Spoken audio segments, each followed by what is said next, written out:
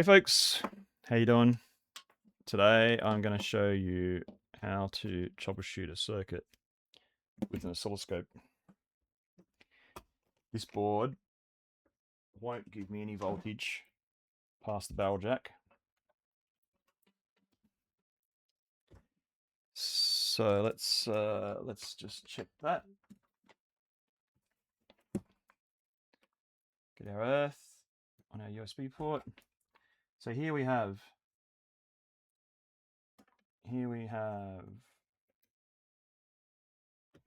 right here we did have 20 volts. Right setting will help. There we go. 20 volts. So you can see that it's 20 volts right there. Can you guys see that? Almost. Anyway, 20 volts. Take my word for it. So we have 20 volts there. We have 20 volts right here, but we don't see it anywhere else. We don't see 20 volts getting past these MOSFETs. We don't see 20 volts on this resistor. We see 4 volts on this resistor. Sorry, I've got the power cable off the bench there. There you go. So 20 volts, no 20 volts, no 20 volts, and I'm not seeing 20 volts on any of these.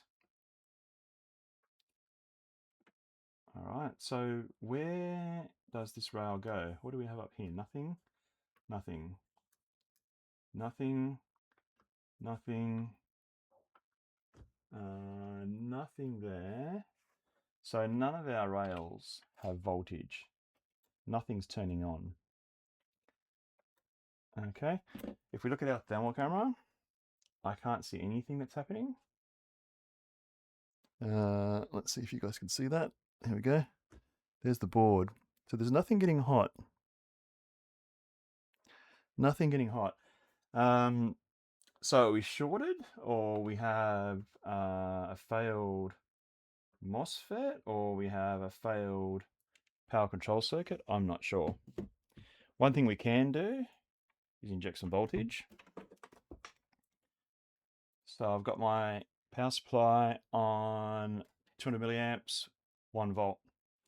We'll inject that into this power supply here, and we've got a draw of 199 milliamps, but we have nothing getting hot. So we can try and go a little bit higher in voltage to 2 volts and see if that does anything. But we're not seeing anything getting warm on this board. So what's going on, folks? What is going on? One thing I've noticed, and you can see my oscilloscope here, if we put our probe on this power supply while it's plugged in, then we get something very interesting. On the 19 volt line, it's clean. There's our 19 volts. This is doing, no it's not. Let's speed that up a little bit. There we go. So there's our 19 volts. We're on 1 volt per div, and there's our divisions. This is a bit of background noise because I haven't plugged into earth, so let me earth this, and that should clean up a little bit. So yeah, what have we got here? Now, if I put it on this point here, which is on the high side MOSFET here, I get a clean signal. Okay, but if I go up here and I put our probe on there, on this one I think it was, we have a let me just get onto the, we have a, or we did have, no, that's clean, that's clean, that's clean. What I was noticing before was we had a power supply that was trying to turn on. And why, for the video, is it not doing what it was doing? So we're looking for, do you see that there? No, we don't see that there. Where was I seeing this? We were seeing a funny drop. So that's a clean 19 volts there. But where are we? That's so bizarre. I was noticing a little dip, as if the circuit was trying to turn on. But have we lost that?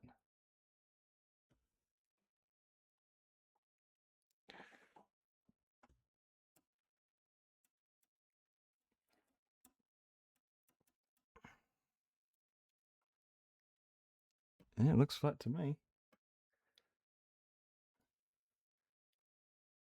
Oh, that's so interesting. Before it was giving me a little... Oh, there we go. Do you see that? Do you see that jump? So what that tells me is... There we go. Do you see that jump there? So what's happening there is that voltage is going up and then dropping, going up and then dropping. So something is trying to turn this circuit on. This is getting voltage coming in, but it's rising and then falling straight away. And you can see it's not. What are we on? We're on 0.2. So this is only 4 volts. And we're only getting 4 volts on the front of that little power IC. So I'm thinking it could be the power IC. I have tried removing it, but no luck there. So now I need to trace this further, and I'm trying to find this blip in other parts of the circuit so we can see where this quote unquote fault is occurring. Because if we're seeing that little blip in other parts of the circuit, then it would tell us that we're on. There we go. Look at that. See, on that resistor. So something here, which is only 4 volts, something here is not behaving properly. And it could be something to do with a chip that's trying to power up and deliver power, and then finding an undesirable condition and deciding it doesn't like that and not powering up. So yeah, that's one way to use a scope to troubleshoot issues on a board. This one's got me a bit stumped. I'm going to probably put a bit more voltage into it to see if I can find out where in the circuit we have a short if we do. But yes, quick video for today just to show you how the scope works now that my scope is working, how to use one to identify behavior in a circuit. And if you saw my video a little while back with the thermal camera showing the pulsing in the network, that's essentially what we're seeing there. It's a pulse of electricity being sent by a switch, a MOSFET, or a power regulation chip, but not fully coming up because there's some sort of fault condition. So something downstream is shorted or is pulling too much current, and I need to trace it down. So yeah, wish me luck. That's what I'll be doing today. Anyway, folks, that's it for today, and I'll see you on the next video.